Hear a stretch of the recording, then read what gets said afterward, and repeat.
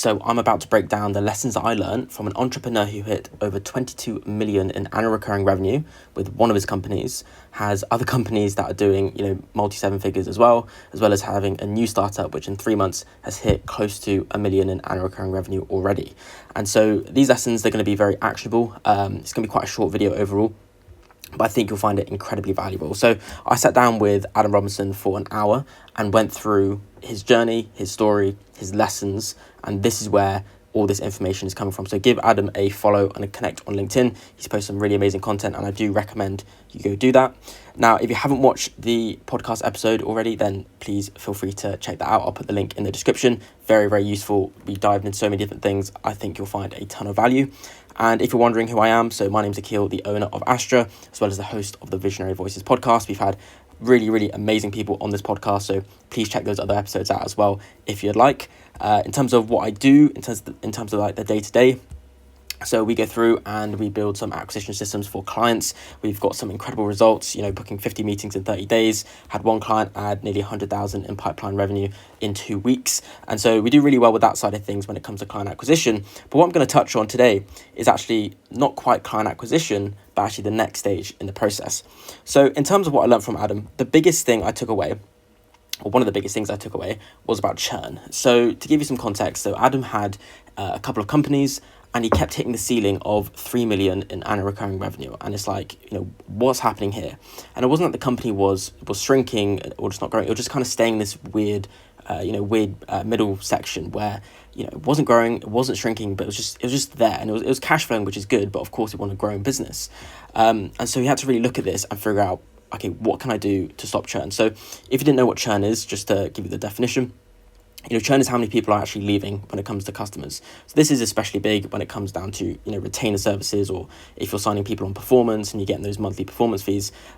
It's really about the churn, because at the end of the day, it's easier to keep a customer than it is to maybe find a new one. And so we want to, of course, have the client acquisition channels there to get more clients.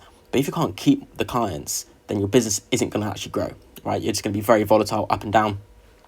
And you won't build those compounding results which we want in our business. So we need to fix the churn problem.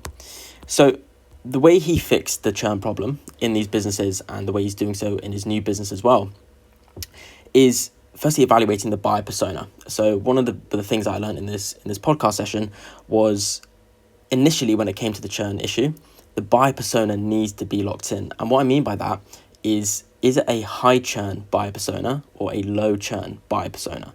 Because at the end of the day, we want to be serving markets where their retention is naturally high. If you're serving maybe, really small local businesses, which in terms of, their revenue is very volatile, you're probably going to find it's a high churn buyer persona. Whereas if you go to maybe a bigger, mergers and acquisitions firm, for example, and offer some services to them, your retention is probably going to be a lot longer because it's relatively, a lower churn buyer persona. So buyer persona is really, really key to solving this issue with churn and making sure we're having that, growing company, which is what we want. Now, in terms of ways that you can really fix this churn problem, I'm going to dive into the 3 actionable steps that I gathered from this podcast. Now, the first one is, of course, analyze your churn, right? If you don't know what's happening, then we need to figure that one out first, right? So what are the numbers within the business? How many people are actually churning out, and identify what is the persona of these people. Because then what we can do, we can split down and segment out our customers to see, okay, which ones are churning out, which ones are retaining, and look for the reasons why that's happening. And so it's coming down to, of course, reviewing your buyer persona. So within our customers, there's going to be some high value segments within there. As I said, there's going to be people staying for longer. There's going to be people paying more. Why don't we better serve those customers? And so we can really refine and specialize our services more towards that buyer persona itself. And then, of course, they'll get more value, which means they'll stay even longer.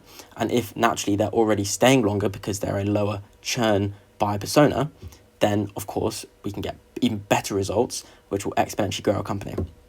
So specialize more is one of the actual steps that I gathered from that podcast. Now, one thing that I really took from Adam, and what he does really, really well on LinkedIn, is asking the market.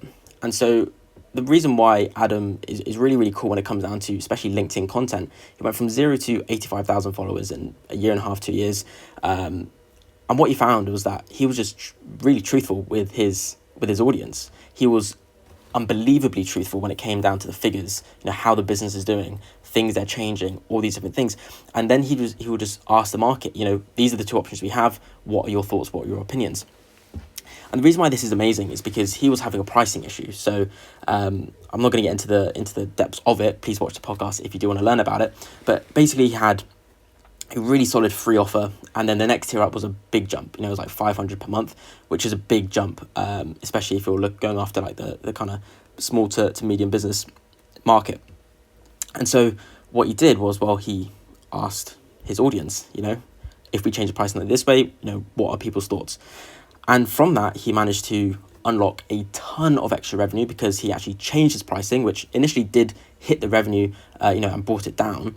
But then because he changed it, his conversion rate skyrocketed massively.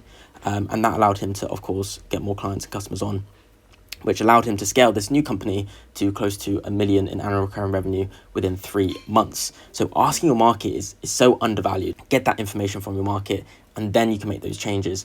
And that way, the market has already reaffirmed that this is a good choice. So many times we make decisions in our business which we think is a good decision, but is it actually a good decision? We need to ask the market. The market is always right. The market is the one that knows. So why don't we just ask the market themselves to see? And so as I said, he has a concept of just being unbelievably transparent when it comes to this. And his whole philosophy when it comes down to this side of things as well is, iterate and deploy it, iterate, deploy it. And you have to go through that cycle over and over and over. And eventually you'll have a really, really good and solid product with a low churn buyer persona. So your churn will be fixed. You can scale very, very quickly. And as I mentioned, he scaled, multiple companies to multi-seven figures within a very short period of time. And it's quite interesting. It's getting shorter and shorter and shorter for him because he's taking these lessons into the next one and then the next one and the next one. And so that is really it for this video in terms of what I learned from this podcast. Now, there is actually a ton of other things I did learn, but I want to save that for the podcast for yourself. So please go check that out if you'd like. I have actually got a Google Doc with a ton of the lessons that I've learned as well from this hour sitting down with Adam. So if you'd like that, then I'll probably put it in the description of this video as well. And if you have any questions about this podcast with Adam or any other questions around marketing, client acquisition, all those different things as well, please hit me up on LinkedIn and I'll be happy to help. So hope you enjoyed this video. Please check out the other ones and like and subscribe.